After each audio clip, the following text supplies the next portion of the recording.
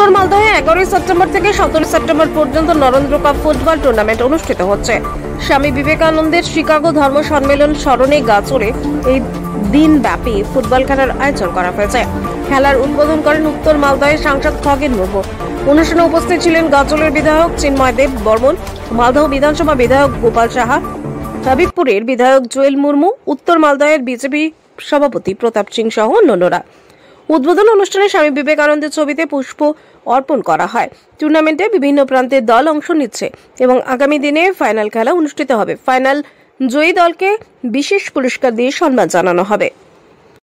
আর এই দিনে আজকে আমরা গোটা ভারতবর্ষ জুড়ে নরেন্দ্র কাপ টুর্নামেন্ট আর ফুটবল প্রতিযোগিতার আয়োজন করেছি। তারই আয়োজন উত্তর মালদা সাংগঠনিক জেলার গাজল বিধানসভার অন্তর্গত বলরামপুর জুনিয়র হাই স্কুলের আমাদের আজকের এখানে স্থানীয় নরেন্দ্র কাপ ফুটবল আয়োজক সমিতি তার যিনি সভাপতি এবং উত্তর মালদা